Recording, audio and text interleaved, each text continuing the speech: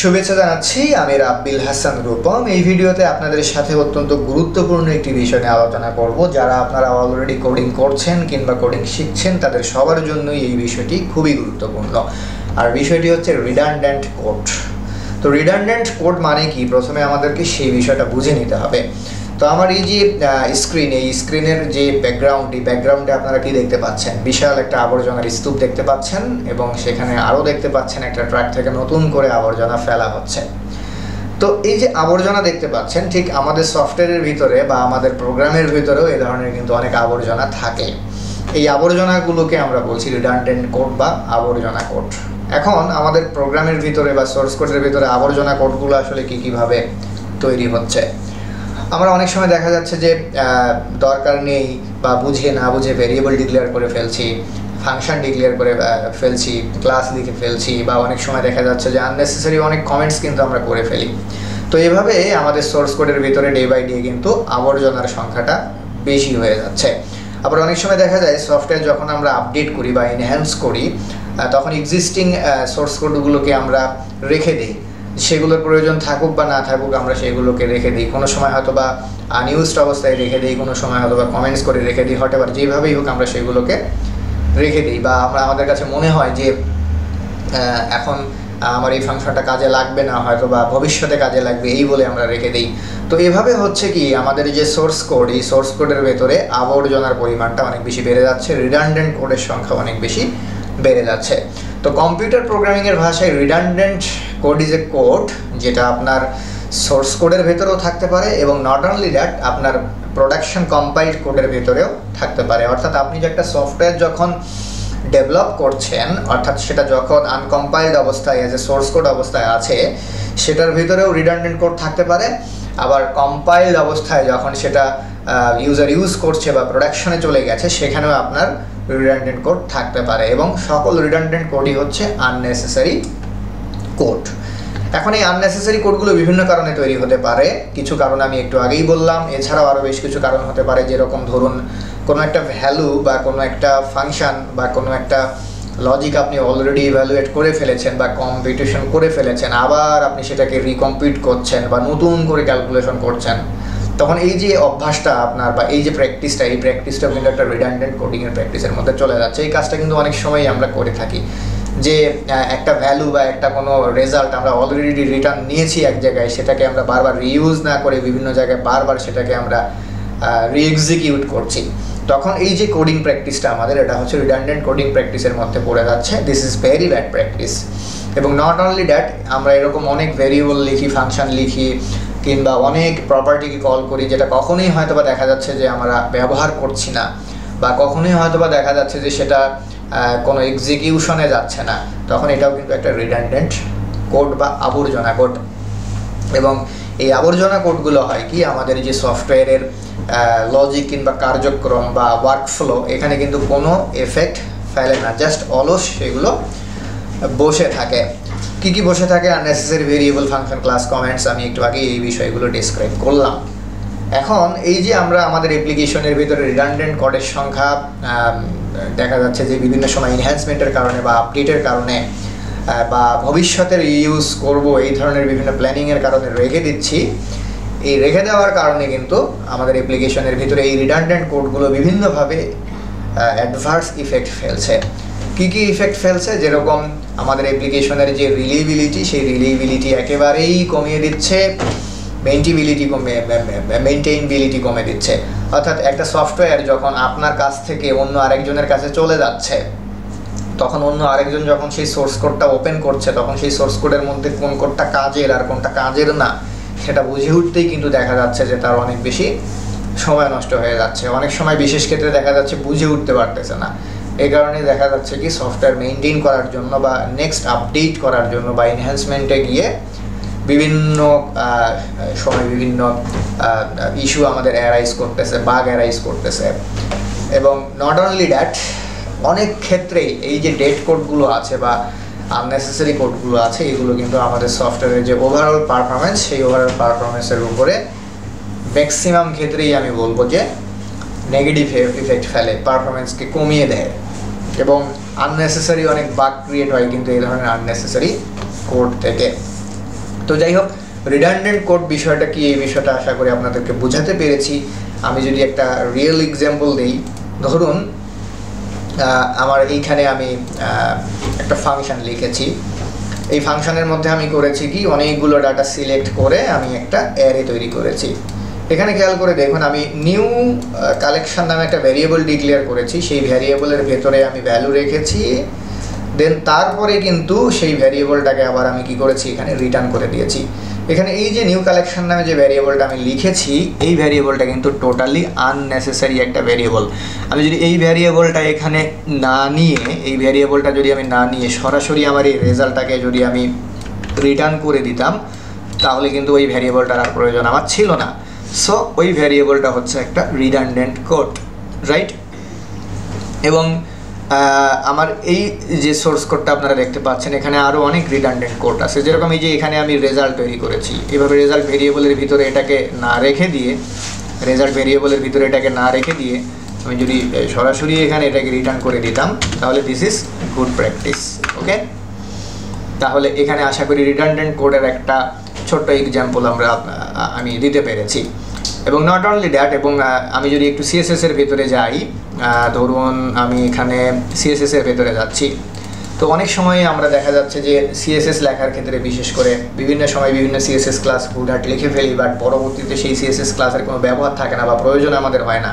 But তারপরেও দেখা যাচ্ছে ফাইনাল প্রোডাকশনেও আমরা সিএসএসগুলো রেখে দিয়েছি। দিস ইজ আবর্জনা, রিডান্ডেন্ট কোড, এবং এগুলো সফটওয়্যারের পারফরমেন্সে বিভিন্ন ইস্যু অ্যারাইজ করে। তো আমাদেরকে করতে হবে কি, একদম প্রজেক্ট কমপ্লিট করার পরে আমাদেরকে প্রজেক্টটাকে আবার রিভিউ করে দেখতে হবে যে আমাদের কি কি আবর্জনা রয়েছে বা আনইউজড রিসোর্স রয়েছে বা আনইউজড কোড রয়েছে, সেগুলো কিন্তু আমাদেরকে একদম টোটালি ক্লিন করে ফেলতে হবে।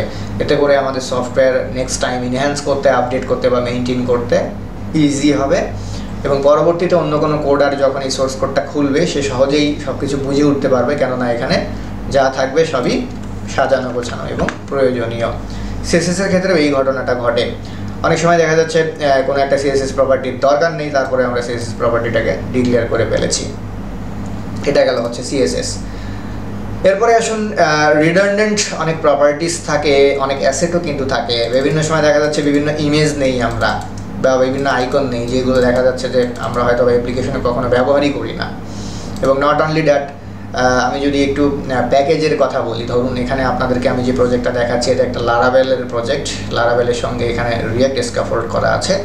তো এই কারণে এর মধ্যে আমি পিএইচপির একটা এক্সাম্পল আপনাদেরকে দেখালাম, সিএসএসের একটা এক্সাম্পল দেখালাম, তারপরে হচ্ছে ইমেজেসের কিছু এক্সাম্পল, রিডান্ডেন্ট এক্সাম্পল নিয়ে আলোচনা করলাম। এবার আসুন জাভা স্ক্রিপ্টের কিছু রিডান্ডেন্ট এক্সাম্পল নিয়ে আলোচনা করা যাক।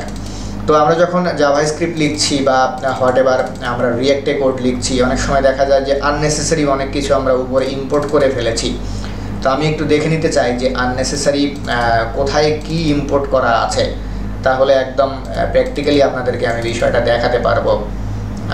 এই জন্য আমি এখানে খুঁজতেছি যে কোনো কিছু আননেসেসারি আমার ইম্পোর্ট কোথাও করা আছে কি না।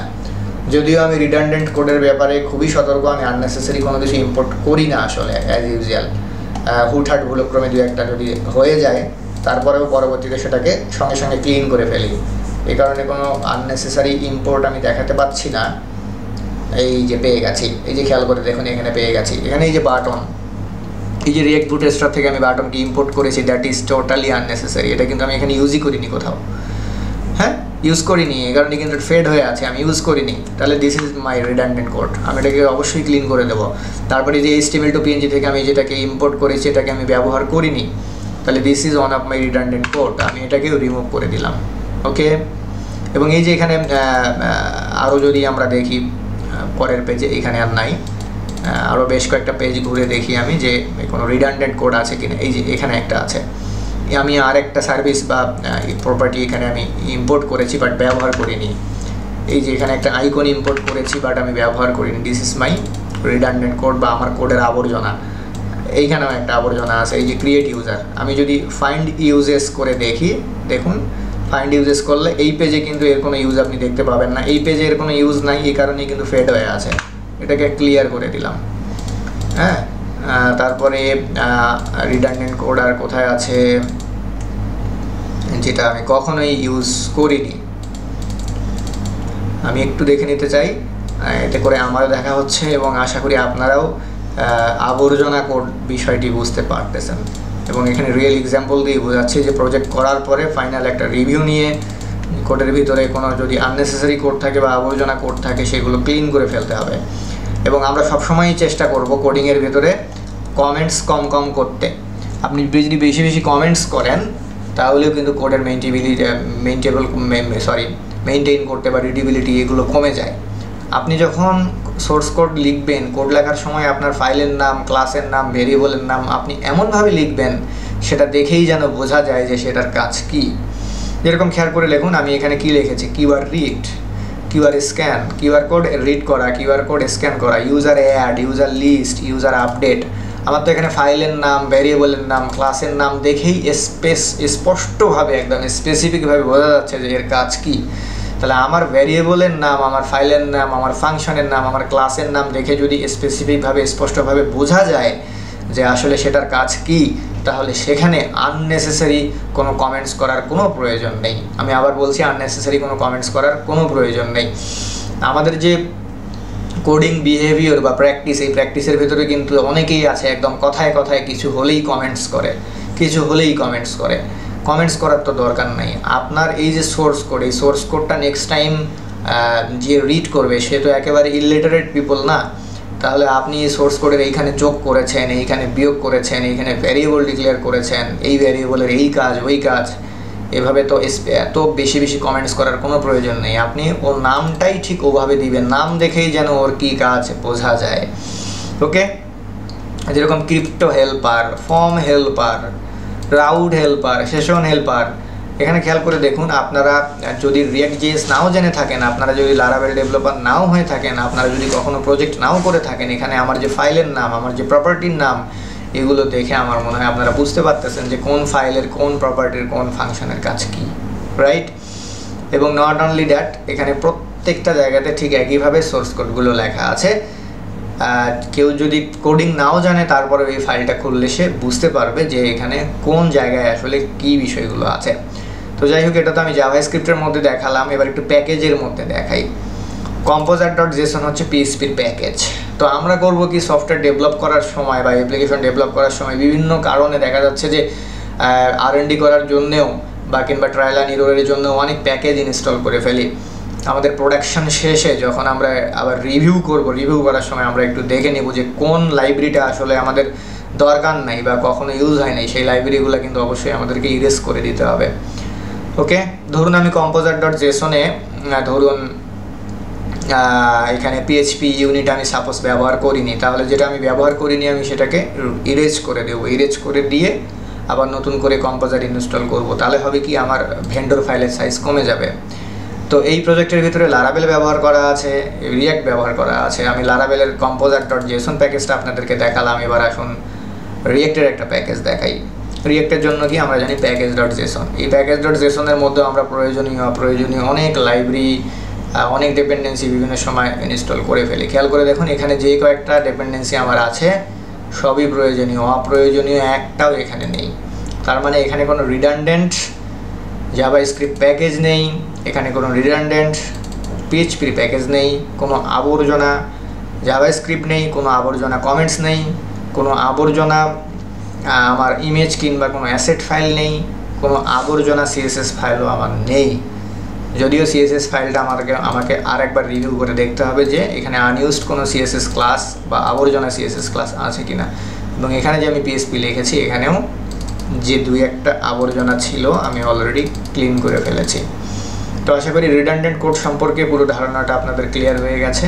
ধন্যবাদ সবাই।